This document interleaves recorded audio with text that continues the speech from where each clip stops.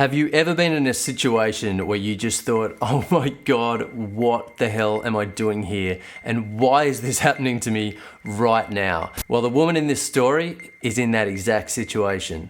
But the way things turn out, slightly different to what she expects, or I expected. The first time I heard this story, it freaked me out, and the ending sent shivers down my spine, and I'm pretty sure it's gonna do the same thing to you.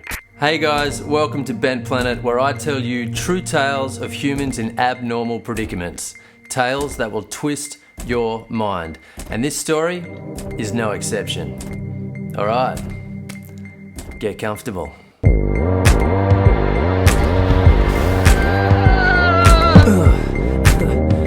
Are you ready to hear a story?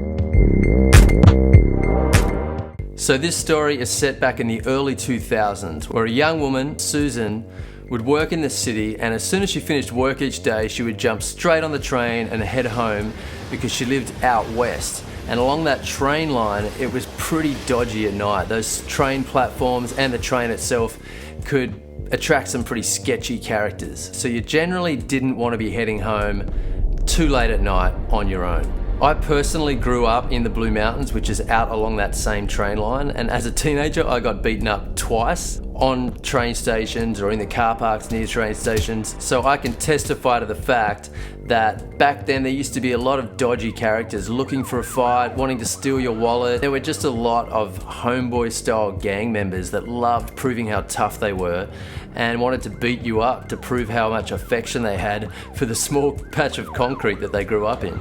So one particular afternoon, Susan finished work, but instead of getting straight on the train and heading home, it was late night shopping that night. So she decided to head to some malls, and she was an avid book reader. So she ended up bouncing between bookstores, and as she browsed and bought the ones she liked, she completely lost track of the time, as you do when you're lost in a good story. So by the time she got to the train station, it was already quite late, and she was the only one on the platform when she went and purchased her ticket from the ticket machine. So she was already feeling kind of nervous and had that claustrophobic, clammy feeling you get when you're the only one around, and you're thinking, well, if someone does show up, who are they going to be, and am I going to get into trouble?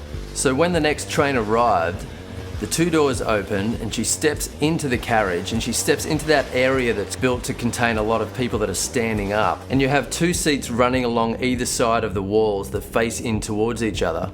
And she noticed immediately that there were a few people sitting in one of those seats opposite.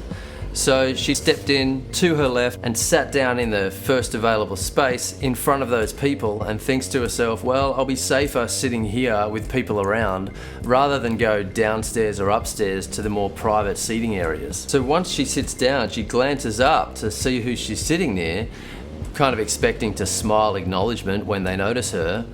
But she notices that they are exactly the kind of people she was hoping to avoid. Two guys sit either side of a girl wearing your classic gangster homeboy style clothing. They both look tweaked out, sketchy, like they might be on something. The woman is also dressed in those gangster style clothes. She's slumped between the two guys, head down, baseball cap on, bit of darkness over her face, but Susan catches her eyes, and her eyes are staring straight at her. That kind of stare that just cuts straight through you and tells you bad things are about to happen. So Susan freaks internally and just thinks, oh my God, of all the carriages, of all the seats, why did I have to sit here?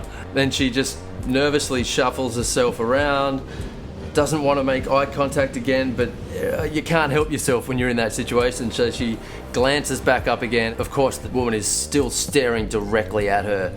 Freaks her out again, reaches into her bag, pulls out a book that she's just bought, tries to distract herself, but every time she glances up just to check, this woman is just cutting through her with her eyes. And she's just thinking, oh my God, any second now, this woman is either gonna pick me, or the two guys either side of her are gonna have a go at me, and they are gonna jump me, beat me up, steal my wallet. Something bad is about to go down. She glances up from her book again, and the woman has not broken her stare. She pulls her eyes away and she's thinking, okay, now I'm definitely done for. Plus they've seen I've been shopping, they know I've got valuables on me. I'm an absolute sitting duck. Adrenaline is building, fear is building.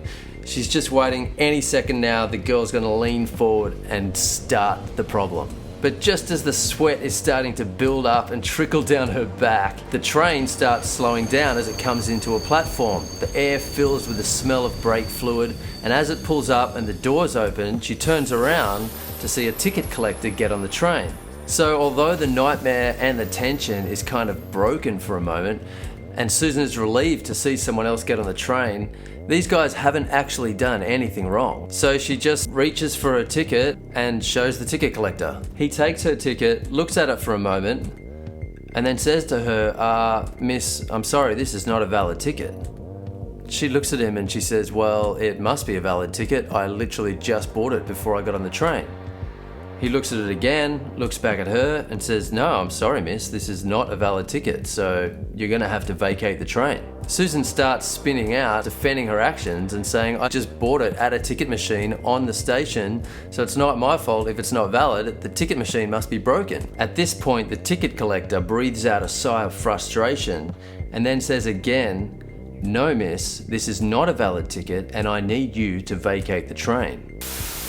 She grabs her bags, scoops them up into her hands, stands up, and as she's walking through the doors, the ticket collector puts his arm up around her, kind of shielding her and pushing her at the same time, off the train onto the platform. And as they both step out of the carriage, all these police start pushing past them and rushing onto the train. So Susan is bewildered, she has no idea what's going on, but she does manage to ask some police who are still standing on the platform, what the hell is going on?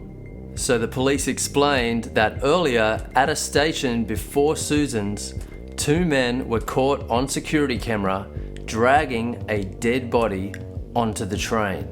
So the woman that had been staring Susan down and sending shivers through her entire body was actually dead.